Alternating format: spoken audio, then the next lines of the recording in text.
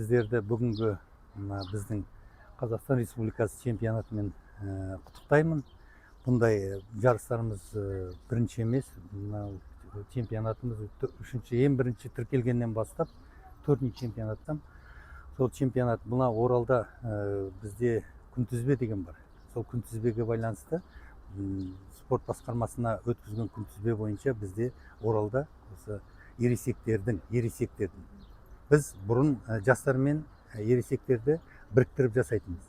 Ал қазір ересектерді ғана бөлек алдық, өйткені халық көп, садақшылар көбейді.